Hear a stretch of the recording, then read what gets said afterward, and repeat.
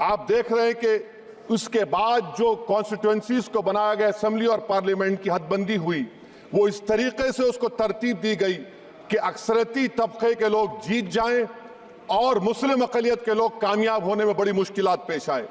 इसीलिए 2007 में सच्चर कमेटी ने कहा था, सिफारिशात में कहा कि अब जब हदबंदी होगी तो माकूल तरीके से बनाया जाए ताकि मुसलमान पार्लियामेंट और असेंबली के इलेक्शन जीत सके। मुझे नहीं मालूम कि अब नए सेंसस के बाद जब हदबंदी होगी तो उसकी सिफारिशात को रखा जाएगा या फिर मार्जिनलाइजेशन जो मुसलमानों का हो रहा है 75 साल से वो चलता रहेगा। सर, पार्लियामानी जमहूरियत की कामयाबी किस बुनियाद पर होती है? पार्लियामानी जमहूरियत की कामयाबी का पैमाना मैं आपको बताता हूं। Article 25, article 26, article 29, article 30, article 14, article 21, ये 4 बुनियादी राइट्स है आइन में, जिसको हम सामने रखकर मैं आपको बताऊंगा कि क्या वाकई में उन कमजोर तबकात से इंसाफ हुआ। मिसाल के तौर पर आर्टिकल 15 और 16 सर, 1950 का प्रेसिडेंशियल ऑर्डर निकला, तारीखी नाइंसाफी के खात्मे के लिए रिजर्वेशन दिया गया, तारीखी नाइंसाफी के लिए हजारों साल के जुल्म की बिना पर, मगर उनको नहीं मिला जिनका मजहब इस्लाम और मुसलमान था, जो भी उनसे भी नाइंसाफी जुल्म हुआ। दूसरी बात दफा 25 में प्रोफेस कहा गया, आर्टिकल 25 टॉक्स प्रोफेस। सर, आज मेरी बेटियों को गवर्नमेंट के एजुकेशन इदारों में हिजाब पहनने से रोका जा रहा है, तो ये आर्टिकल 25 का प्रोफेस कहां तक कामयाब हुआ, ये अक्लमंद लोगों पर छोड़ता हूं। प्रैक्टिस सर, आर्टिकल 25 में अमल करना, कई रियासतों ने ऐसा कानून बना दिया कि आप ये नहीं खा सकते, आप वो नहीं खा सकते, कैटल स्लॉटर एक्ट का एक्ट बना दिया। आप बताइए कि हरियाणा, राजस्थान में पुलिस की अख्तियारात गौरक्षक को दे दिए और उन अख्तियारात का बेजा इस्तेमाल मॉब लिंचिंग में हुआ। किसका हुआ? एक लड़का था साबिर मलिक बंगाल का, मार के पीट कर मार दिया गया। क्यों? क्योंकि उसने बीफ खाया, बाद में मालूम हुआ नहीं खाया। जुनैद और नसीर को गाटमीका के थे, उनको जिंदा जला दिया गया।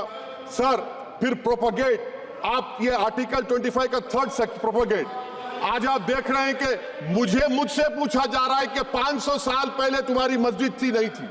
ख्वाजा अजमेरी की दरगाह कह रहे नहीं है।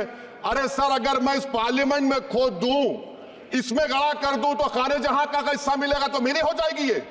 आप बताइए। अब आप देखिए ये प्रोपोगेट क्या हो रहा है। अच्छा, जो तब्दीली मजहब का कानून, तब्दीली मजहब मैं तब्दील मजहब नहीं कर सकता, सरकार से पूछना पड़ेगा मुझे अपना मजहब बदलने के लिए। अगर अंबेडकर आज जिंदा होते तो बाबा साहब को भी कहते कि आप जाकर परमिशन लो, तब मजहब बदलना पड़ेगा आपको। ये हालात आज यहां पर पैदा हो चुकी है। सर, आर्टिकल 26 देखिए, it gives religious denomination the right to establish and maintain institution for religion charitable. वजीर आजम कहते हैं कि वक्फ का ताल्लुक संविधान से नहीं है। अरे कौन पढ़ा रहा है वजीर आजम को? आर्टिकल 26 पढ़ा लीजिए। आर्टिकल 26 की बात कही गई। मकसद क्या है कि वक्फ की जायदादों को अक्सरती तबके के लिए छीन कर दे दिया जाए।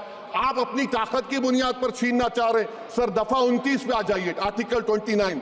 लैंग्वेज का, जबान का तहफ़्फ़ुज़ है, उर्दू को खत्म कर दिया गया। वो उर्दू जिसके हमारे मुजाहिदीन आजादी ने नारा दिया था, इनकलाब जिंदाबाद का, उस जबान को आप खत्म कर रहे हैं।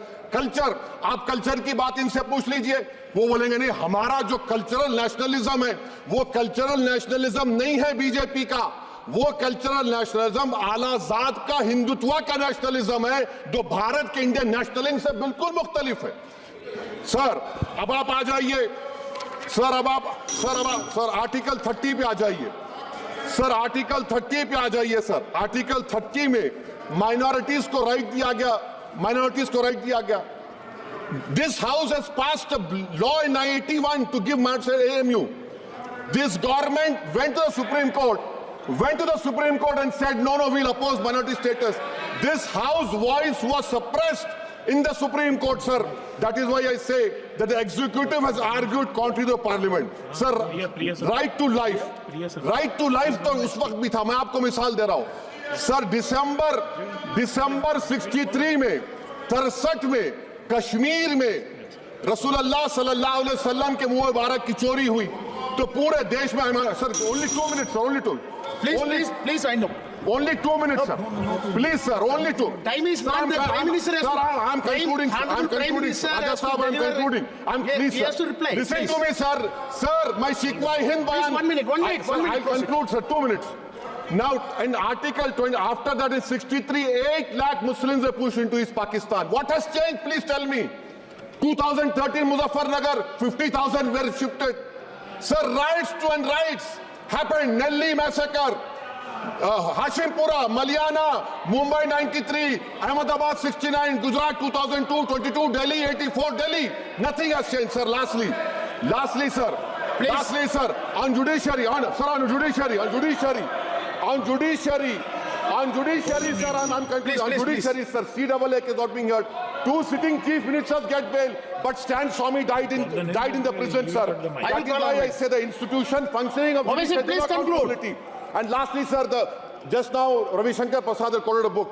In that book, there's a Tipu Sultan also. Okay. That is sir.